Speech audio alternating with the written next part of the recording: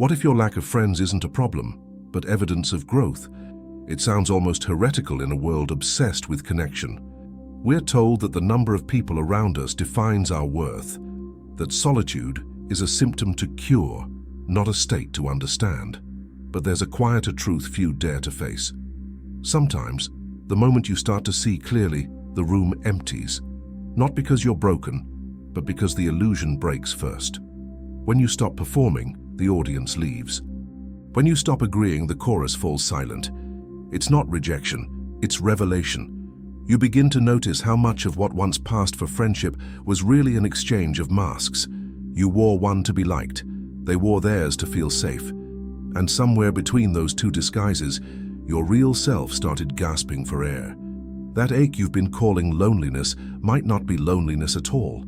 It might be the sound of your soul stretching, finally making room for the person you're becoming. So before you rush to fill the silence with noise or strangers, pause. Ask yourself, what if this emptiness isn't absence, but invitation? Because the truth is rarely comfortable, but it's always sacred. From childhood, we're handed a script. Make friends, be nice, fit in. And if you can't, something must be wrong with you. We learn early that approval is the currency of survival. A child who doesn't mirror the group becomes the strange one. At school, silence is suspicion. In adulthood, independence is arrogance. We spend decades learning how to belong, but almost no time learning how to be. Society disguises this conditioning as kindness. Don't isolate yourself, they say. Go out, be social. But beneath that concern lies fear, not of your solitude, but of their own, because your comfort in silence exposes their addiction to noise. Think of the last time someone asked, "So, what are your plans this weekend?" They weren't asking about your schedule. They were checking your normality. We all participate in this dance of reassurance, a performance of connection. Even when the conversation feels hollow, we nod, laugh, and say "me too," because the alternative, being the one who doesn't play along, feels like exile. But exile from what exactly? From the collective trance that confuses busyness with meaning? From relationships that survive only through mutual pretending? Carl Jung saw it long before social media amplified the illusion. He noticed how the psyche revolts when forced to live a borrowed life. It begins quietly, a dull disinterest, a fatigue that no amount of socializing can fix. You start to feel out of rhythm with the crowd, like a song that no longer fits the radio. And here lies the first threshold. When belonging demands that you betray yourself, the cost becomes unbearable. You begin to sense a deeper loyalty forming, not to the group, but to your own truth. And the moment you answer that call, the script starts to crumble. People will call it detachment. They'll whisper that you've changed. They're right. You have. Because you finally realized that fitting in was never the same as being whole. You were not meant to disappear inside the crowd. You were meant to wake up inside yourself. There comes a moment when the mask starts to slip, not out of rebellion, but exhaustion. You realize how much of your life has been a performance. Every polite laugh at an unfunny joke, every forced smile at gatherings that drained you, every "I'm fine" that covered the quiet scream of your truth. Carl Jung called this mask the persona, the social costume we wear to survive. It's not evil, it's necessary.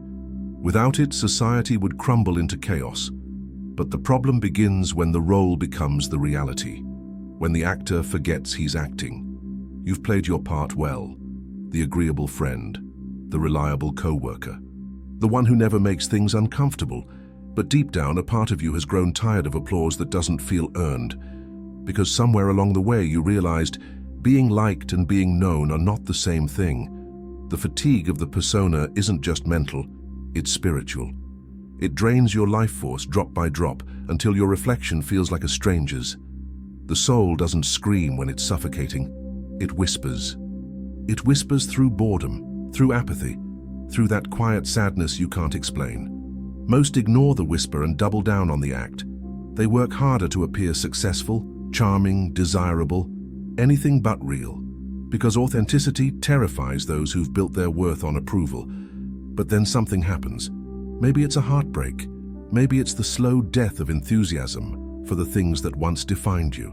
Maybe it's just the unbearable weight of pretending. And suddenly you can't do it anymore. You can't laugh at the jokes, you can't force the interest, you can't keep performing normal. The mask cracks, and for a moment, it feels like dying. Because in a sense it is. The death of the persona is the birth of the self. This is the initiation few talk about, the sacred collapse, the point where you stop being who you were told to be and begin the terrifying, magnificent work of becoming who you are. When you stop playing the role, people don't always applaud. They flinch. Because your authenticity doesn't just liberate you, it exposes them. Jung called it the shadow. Everything we reject, repress, or hide in the basement of the psyche. Anger, envy, insecurity, longing, the emotions we've been taught to exile. We bury them so deep that when we finally meet someone who embodies what we've denied in ourselves, it unsettles us. That's why when you start to live your truth, some people react like you've attacked them. You haven't said a word, but your presence speaks. It mirrors what they've refused to see. And mirrors are rarely welcomed by those hiding from their reflection. They might call you selfish, detached, arrogant. They'll accuse you of thinking you're better than them. But what they're really saying is, you've stopped participating in my illusion, and that terrifies me. When you integrate your own shadow, you become unpredictable. You're no longer controlled by guilt or the need to please. You don't rush to fix everyone's discomfort. You let silence do its work. And that silence is deafening to those who depend on noise to drown their doubts. This is where solitude deepens, not because you crave isolation, but because truth has thinned the crowd. It's not that people abandon you. They retreat from what you represent. Notice how their tone shifts when you say no, when you set a boundary without apology, when you refuse to play the emotional caretaker. Their discomfort reveals a truth. They were never relating to you. They were relating to the version of you that served them. But don't resent them. We all project, we all see others through the lens of our own unfinished work. The difference is that now, you see it happening. And once you see it, you can't unsee it. You realize how much of human connection is built on mutual blindness. When one of you wakes up, the contract breaks. It's a lonely kind of freedom, but it's the first taste of real sovereignty. Because when you stop fearing other people's projections, you finally step out of them. And that, more than anything, makes you untouchable. Most people never realize they're swimming in it, the invisible current of the collective dream. Head pulls everyone toward the same shores. Success, recognition, belonging. They call it ambition. Jung called it the collective unconscious. It's the shared script that whispers, get the job, find the partner, stay busy, never question too deeply. And so people follow it, believing they're steering their own lives when in truth they're being carried. You begin to see the pattern the moment you step out of rhythm. Conversations start sounding rehearsed. Smiles feel choreographed. It's as if the world is running on an endless loop, and you've suddenly become aware that the music stopped long ago. The realization is both exhilarating and terrifying, because once you see the current, you can't go back to drifting. You have to start swimming, alone. And that's where most people panic. They'll try to pull you back into the stream with questions disguised as concern. Are you okay? You've been so distant lately. What they really mean is, come back to the script. Return to the comfort of the crowd, where questions don't echo so loudly. But there's a strength that grows only in solitude, the kind that can't be borrowed from consensus. You begin to find a strange peace in the dissonance, a quiet authority in trusting your own rhythm. Freedom has a peculiar sound. It's the absence of applause. It's silence that doesn't demand validation. When you leave the collective current, you lose the illusion of safety. But you gain something far greater, sovereignty. You can no longer be bribed with approval or threatened with exclusion. You are no longer part of the performance, you are watching the play from the balcony. Yes, the current was warm, it promised connection and praise, but it also kept you small. Now, standing on the riverbank, dripping with awareness, you realize the truth. It wasn't the world that was holding you back. It was your fear of leaving it. And once that fear dissolves, you begin to see the vastness of the ocean beyond the current, the unknown, terrifying, liberating sea of your own becoming. At first, solitude feels like silence. Then it starts to sound like music. There's a rhythm in it, slow, ancient, patient, the heartbeat of something reborn. The world calls it loneliness, but loneliness is what you feel when you've forgotten who you are. Solitude, when embraced, becomes a furnace, not a void. It burns away the false until only the essential remains. After you step out of the collective noise, the quiet feels unbearable. No one claps, no one checks in. The phone doesn't ring, and for a moment it feels like disappearance. But what's actually vanishing is your dependence on external sound to prove your existence. You start to notice the small things again. The way sunlight pools on your floor, the sound of your own breathing, the texture of thoughts that no longer rush to perform. These aren't trivial details, they're signs that you're coming back to life. Carl Jung believed that transformation requires containment, a psychological vessel where chaos can be heated into clarity. That vessel is solitude. It's the space where the soul metabolizes experience, where the fragments of who you were are melted and reforged into coherence. You will want to escape it. You will crave distraction, conversation, confirmation that you still exist in other people's eyes. But if you can stay, if you can bear the heat of your own becoming, something extraordinary happens. The silence starts answering back. Ideas return like long-lost friends. Forgotten dreams stretch awake. Your creativity, your intuition, your inner voice all rise from the ashes of stillness. And soon you realize that solitude was never punishment. It was initiation, the crucible of authenticity, the place where you stop mistaking absence for emptiness and begin to understand that the quiet is not void, its fullness too vast for words. So, if your days feel empty, if the world has gone quiet around you, don't rush to fill the space. Sit inside it. Let it burn. Because that fire is not destroying you, it's forging you. When you finally grow quiet inside, something curious begins to happen. Life starts speaking back, in whispers, in patterns, in perfect timing. Jung called it synchronicity. Those moments that feel like the universe exhaled in your direction. A book falls open to the exact line you needed. A stranger says the words you've been afraid to admit. A door closes, and another appears the very same day. To the ordinary eye, it looks like coincidence, but to a soul tuned to its own frequency, it feels like recognition. It's as if reality adjusts itself to the vibration of your honesty. You've stopped broadcasting the static of need, the desperate signal of notice me, choose me, like me. Instead, your energy hums on a clearer wavelength, and only those attuned to that same inner tone can hear it. That's why the more authentic you become, the fewer people can meet you there. It's not rejection, it's resonance. Your frequency narrows, but it deepens, and in that depth, the encounters that remain are luminous.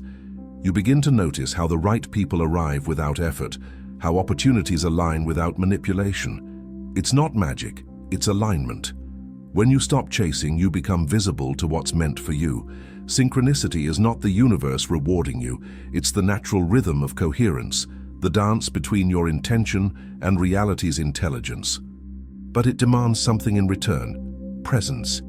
You must stay awake enough to notice when life answers, because the signs don't shout, they whisper.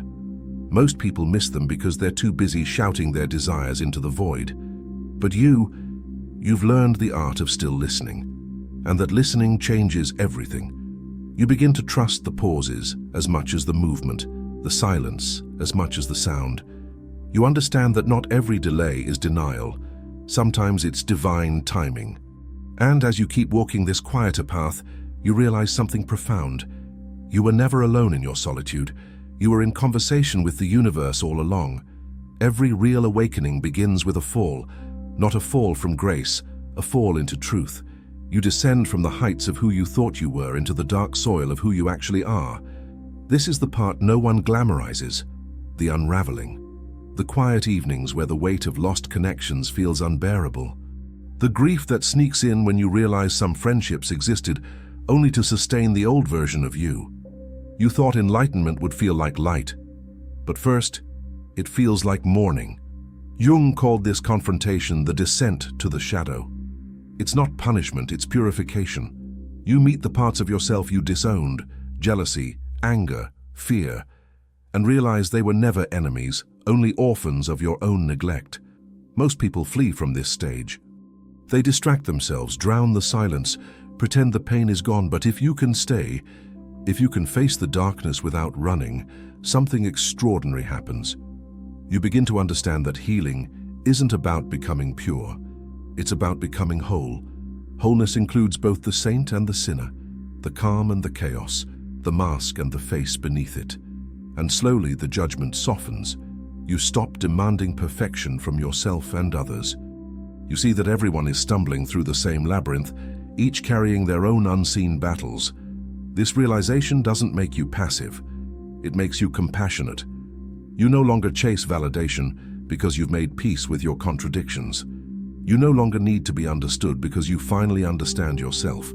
The descent transforms you from a seeker of light into a bearer of it. Your wounds stop being reasons for shame and become doors for empathy. You walk differently now, slower, steadier, grounded in humility. And one day, almost without noticing, you look around and realize the loneliness has softened into solitude, the pain has become depth, and the dark has become luminous. You've stopped trying to be perfect, you've become whole. Real power doesn't arrive with a trumpet. It enters like a steady breath, so quiet that only the honest can hear it. You notice it first, in small moments. Someone presses you for an answer you don't owe. You smile, pause, and say no. No explanation, no apology, not cold, simply clear. The room shifts. The old you would have filled the silence with reasons, softened the edges, made everyone comfortable. Now, you let the silence do its work. It isn't violence, it's integrity. This is the authority that solitude forges. Not dominance over others, but dominion within. You are no longer a weather vane for other people's winds. You are a compass that points true even when the sky is overcast. You stop performing virtue and start practicing it quietly when no one is watching, keeping promises to yourself, choosing what is right over what is easy. Your worth stops fluctuating with the market of attention. It sits anchored in the bedrock of your being. People feel this even if they can't name it. Some lean closer, surprised by the relief of your steadiness. Others step back, threatened by what they cannot sway. Both responses are information, not verdicts. You find you need fewer words. When you speak, you mean it. When you listen, you're present. You no longer barter fragments of yourself for a seat at any table. You bring your own chair, or you stand content beneath the open sky. And then something unexpected happens. True companionship appears, not as a crowd, but as a constellation. A few bright presences spaced by generous distances. No clinging, no disguises. Just the light of one sovereign soul recognizing another. This is the quiet climax of the journey. Not applause, not trophies, not a circle of admirers, but inner stillness that doesn't collapse under pressure. The world keeps spinning its requests, its judgments, its noise. You keep returning to the center you earned. If loneliness visits, you pour it tea. You sit together until it says what it came to say. Then it leaves, and you remain, whole, unhurried, unhidden. Power without audience. Presence without permission. A life that answers to itself. So what if having no friends isn't a failure after all? What if it's proof that you stopped betraying yourself just to belong? You began this journey believing solitude was a punishment. Now you see it for what it is. The sanctuary where truth learns to breathe. The distance that once felt like loss has become space. The silence that once felt heavy now feels sacred. And the person you were so afraid to be alone with has become your closest ally. You haven't escaped the world, you've rejoined it, on your own terms, in your own rhythm, through your own center. The world will keep calling you back to the noise. Let it call. You know where home is now.